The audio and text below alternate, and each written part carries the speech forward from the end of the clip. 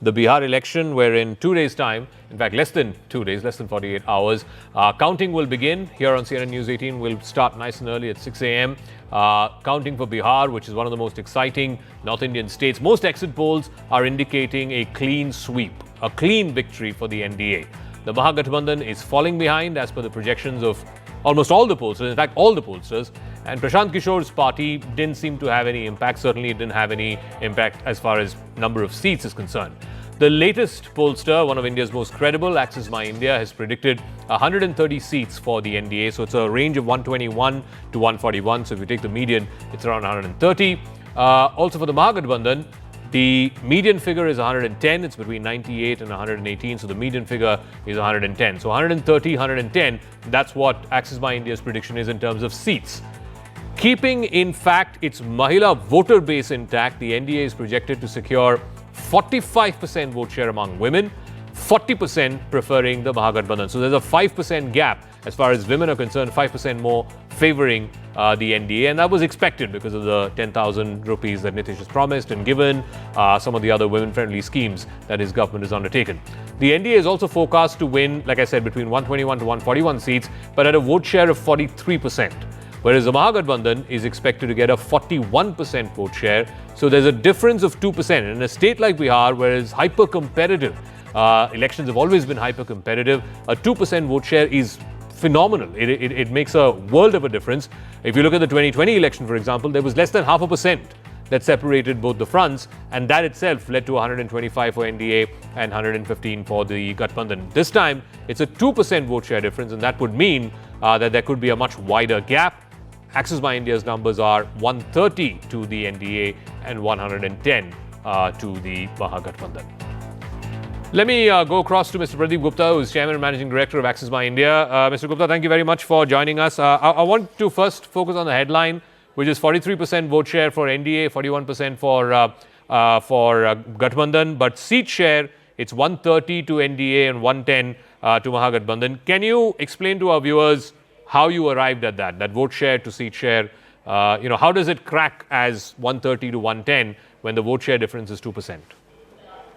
See, Zaka, thank you for having me here.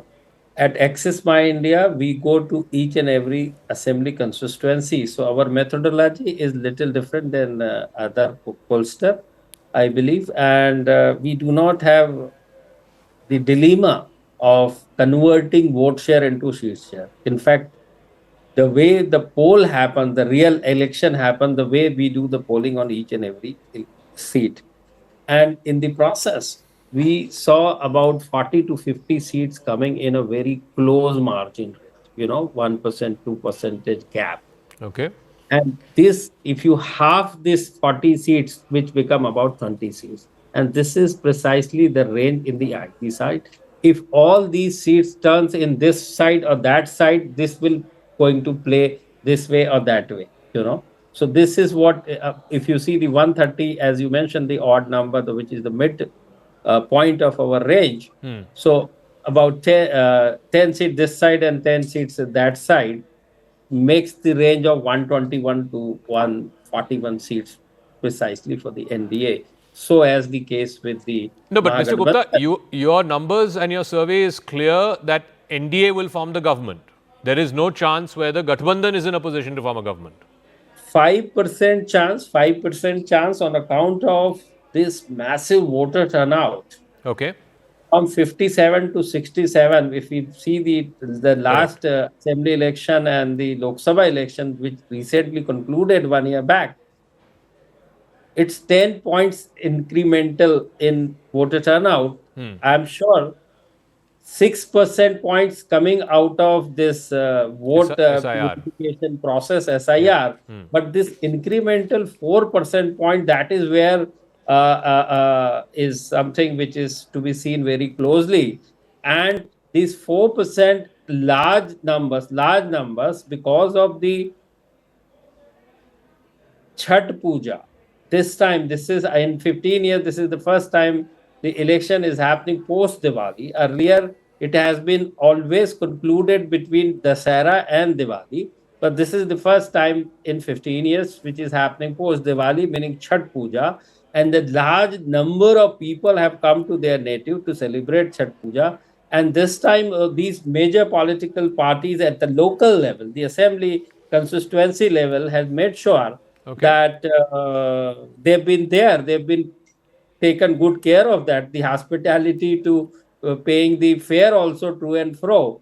So this incremental, and if you see the other demography, apart from women you spoke about, the other demography is the age group. Yeah. So in Bihar, in the age group of 18 to 39 years, that contributes 50% of electors. Okay. 50% of electors among that group.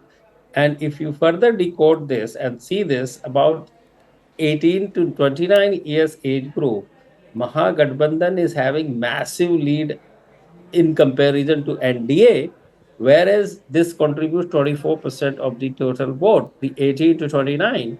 But Okay. if you see the midpoint, which is the 30 to 39, which contributes 26% contribution, there NDA has 1 point lead. NDA has 1 point lead, and then after 40 plus group, NDA has the decisive lead. So this is something I would say 5% chance of my range for NDA getting into the lower range, which is 121, near about that. Okay. But But 95% chances are there it will be on the mid higher or the side. higher But tell side. me, Mr. Gupta, the other thing which I found quite interesting was, see, ultimately it's an assembly election. It's the election to choose your chief minister. Mr. Modi is not on this ticket. He's not on this election. Mr. Rahul Gandhi is not on this election. It is a Nitish Kumar versus Tejashwi Yadav election at the end of the day.